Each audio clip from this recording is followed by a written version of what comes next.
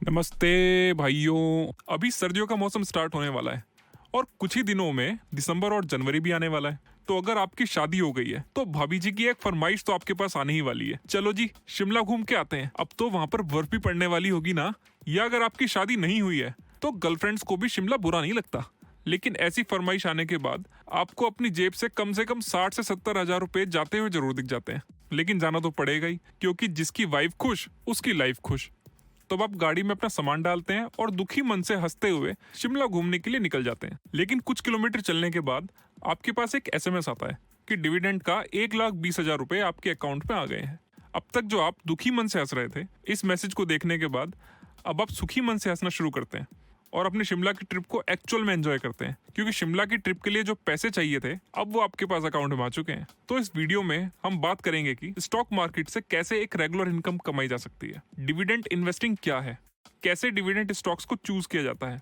लेकिन इससे पहले कि हम बात करें डिविडेंड इन्वेस्टमेंट क्या है, पहले हम ये तो जान लें कि डिविडेंड होता क्या है। जब कोई कंपनी प्रॉफिट्स अर्न करती है और वो कंपनी उस प्रॉफिट का एक हिस्सा अपने शेयर होल्डर्स को पे करती है या कुछ एडिशनल शेयर्स अपने शेयर होल्डर्स को देती है, तो उस कंपनी द्वारा शेयर होल्डर्स को की गई उस पेमेंट को डिविडेंड कहते हैं। तो अगर हम बात करें ये कंपनीज डिविडेंड क्यों पे करती हैं अपने शेयर होल्डर्स को, इसे हम ऐसे समझ सकते हैं कि जब आप किसी ज्वेलर्स की बड़ी दुकान पर या बड़े शोरूम पर जाते हैं तो आप देखेंगे वहां पर बैठे लाला जी आपसे इतना मीठा बोलेंगे, आइए बहन जी बैठिए, कैसे हैं, बताइए क्या सेवा कर सकते हैं आपकी। फिर वो आपको कुछ ज्वेलरी भी दिखाते हैं और फिर थोड़ी देर में आपके लिए अच्छी सी चाय भी मंगवाते हैं। क्या आपने सोचा है वो ऐसा क्यों करते हैं? इसका जवाब है पैसा। उन्हें आपसे पैसे चाहिए कि आप उनकी दुकान से ज्वेलरी खरीदेंगे और आप उन्हें पैसे देंगे। और जब आप उस दुकान के कस्टमर बन जाते हैं तो कभी फेस्टिवल पे या कभी न्यू ईयर पे आपके पास उस दुकान से नए नए ऑफर भी आते हैं, जैसे 20% ऑफ ऑन लेबर चार्जेस या 50% ऑफ ऑन लेबर चार्जेस, जिससे आप उनके कस्टमर बने रहें। ऐसे ही जब आप किसी कंपनी के शेयर परचेज करते हैं तो आप उस कंपनी को पैसे दे रहे हैं और ये कंपनीज आपको भी एक कस्टमर ही मानती हैं और ये चाहती हैं कि आप उनके कस्टमर्स बने रहें। मतलब आप आगे भी अपने पैसों से इन कंपनीज में इन्वेस्टेड रहें। इसलिए जैसे लाला जी की दुकान पर 20% या 50% डिस्काउंट देकर कस्टमर को रिटेन रखने की कोशिश होती है ना, ऐसे ही ये कंपनीज डिविडेंड देकर अपने शेयर होल्डर्स को रिटेन रखने की कोशिश करती हैं। क्योंकि पैसे आपने इन्वेस्ट किए हैं कंपनीज में, कंपनी उन पैसों को ग्रोथ के लिए यूज करती है।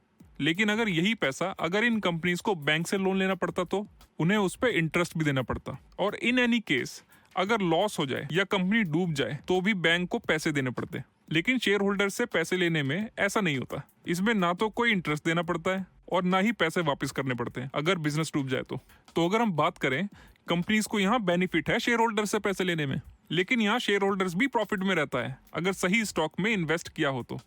वो कैसे? Share price appreciation. मान लीजिए आपने XYZ कंपनी के 1,000 शेयर 200 रुपए के शेयर प्राइस पे परचेज कर लिए और 3 साल के बाद उस कंपनी के शेयर 300 रुपए के हो जाते हैं। मतलब आपने 2 लाख रुपए इन्वेस्ट करे थे और 3 साल के बाद 300 रुपए पर शेयर के हिसाब से 3 लाख रुपए हो जाते हैं। तो आपने 2 लाख के 3 लाख बना लिए बिना कुछ करे। डिविडेंड इनकम तो जैसे कि बात कर चुके हैं, डिविडेंड एक हिस्सा होता है टोटल प्रॉफिट का जो कंपनी पे करती है अपने शेयर होल्डर्स को। तो आपके पास ऐसा एक स्टॉक है जो डिविडेंड देता है, तो आपके पास एक कंपनी से डिविडेंड आएगा। और अगर आपके पास ऐसे 10 स्टॉक हैं तो आपके पास 10 कंपनी से डिविडेंड आएगा। Probability of high return. अगर आप अपने पैसे सेविंग अकाउंट में रखते हैं तो सेविंग अकाउंट में अप्रोक्सीमेट इंटरेस्ट आपको 3% का मिलता है। और अगर आप FD में मतलब फिक्स डिपॉजिट में अपने पैसे रखते हो तो आपको 6.5% या कुछ बैंक में 7.25% तक का इंटरेस्ट मिल जाता है अगर आप 1 साल के लिए पैसे रखते हो तो। लेकिन अगर आप स्टॉक मार्केट पे इन्वेस्ट करते हो तो यहाँ पे हाईएस्ट रिटर्न भी एक्सपेक्ट किए जा सकते हैं, जो 10%,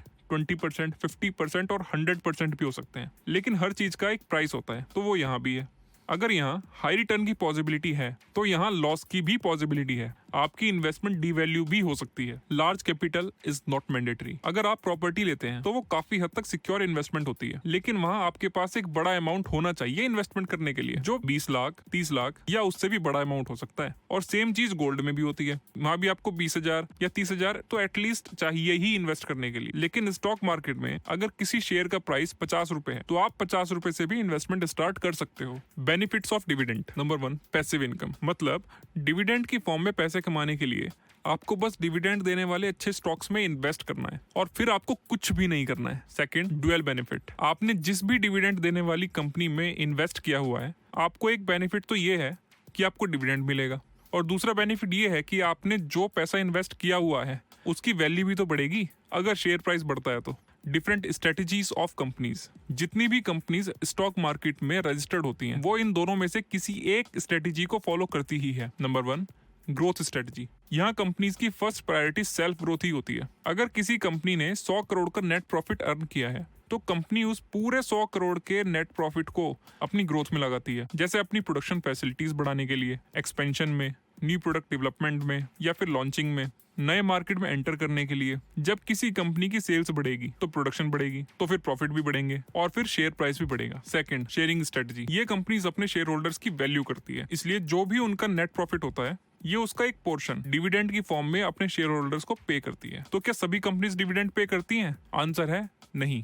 जो भी कंपनी ग्रोइंग फेज में होती है और अभी स्टेबल नहीं हुई है या अभी उनके गोल्स अचीव नहीं हुए हैं अपनी स्केलेबिलिटी को लेकर, वो अक्सर ग्रोथ स्ट्रेटजी को फॉलो करती है। लेकिन जो कंपनीज एक स्टेबिलिटी की पोजीशन में आ चुकी है और ऑलरेडी बहुत ग्रोथ कर चुकी है, वो शेयरिंग स्ट्रेटजी को फॉलो करती है और डिविडेंड पे करती है। लेकिन इससे अलग फाइनेंशियल सेक्टर जैसे बैंक्स डिविडेंड्स पे नहीं करते, और अगर करते हैं तो वो बिल्कुल ना के बराबर होते हैं। क्योंकि अगर कोई कार बनाने वाली कंपनी है, वो पहले कार बनाती है, फिर उसे बेचकर प्रॉफिट अर्न करती है, तो यहाँ पर कार प्रोडक्ट है और पैसा रिटर्न है। लेकिन बैंक के पास जो पैसा आता है वो उसी को ब्याज पर देता है, और वो ब्याज या इंटरेस्ट ही उसका प्रॉफिट है। तो यहाँ पैसा ही प्रोडक्ट है और पैसा ही प्रॉफिट है। इसलिए बैंक प्रॉफिट को शेयर करने की बजाय उस पैसे से और ज्यादा लोगों को लोन देते हैं।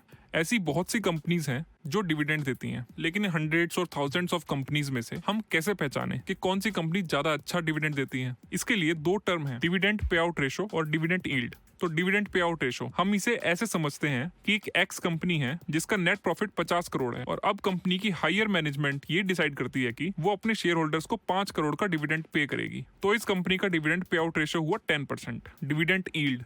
आप जब कभी भी किसी कंपनी का शेयर प्राइस गूगल पे चेक करते हो तो वहां आपको एक टर्म दिखेगी, डिविडेंड यील्ड। इसका मतलब है, मान लीजिए आपके पास किसी कंपनी के 100 शेयर हैं, तो आप उस कंपनी के इन्वेस्टर हैं, तो आपको उस कंपनी के एक शेयर से कितने % डिविडेंड मिल रहा है, उसे कहते हैं डिविडेंड यील्ड। इसका एक फॉर्मूला है, annual dividend per share divided by price per share multiply by 100। For example, share price है 50 रुपए, डिविडेंड पर शेयर मिला है 2 रुपए, तो डिविडेंड यील्ड हुआ 2 is divided by 50 and multiply by 100, मतलब 4% का डिविडेंड यील्ड। तो आपको ये वीडियो कैसा लगा कमेंट्स में जरूर बताइए, और प्लीज लाइक एंड सब्सक्राइब।